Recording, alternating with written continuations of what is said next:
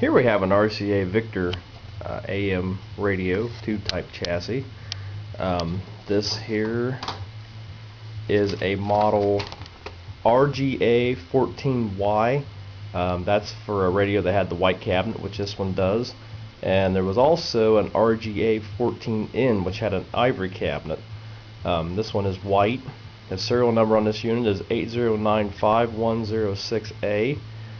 It uses a 12BE6 tube, a 35W4, a 12BA6, 50C5, a 12AV6 tube. Any information on this radio that anybody could toss me would be great. I did find a few numbers on the circuit board. The one set of numbers was 962-507-6, and underneath of that it said RCA5. So I don't know if that's the chassis number or like a build number. I don't know exactly what that is. I haven't looked it up yet. Anybody can help me out with this radio. There's paint splotches. Somebody carried this radio around with them, probably worked around the house. There's paint here and some over here, and the top is just covered with speckles of paint. And reaching out to people, anybody know how to get that off of there? Or is there any way you can get that off of there? I have to clean it up. I mean, I don't want something abrasive. It's going to take the chrome off the face of this. So just kind of asking for some help on that.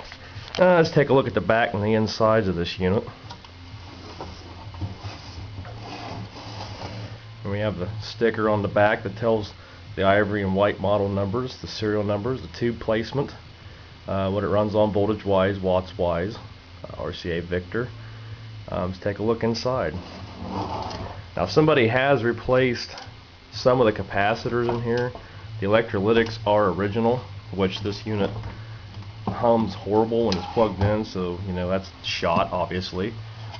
These look fairly new. I don't think they're original. They're a CDE product. I don't know who makes those. All the tubes in there are RCA tubes. You have your wave antenna on the back panel.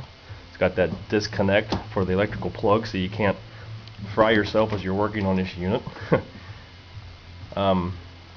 There's that radio. This one has very few capacitors. It has one here, and there's one in front of the tubes, and then the tube for the electrolytics. I mean, it's very simple for a 5-tube radio. There ain't much to this.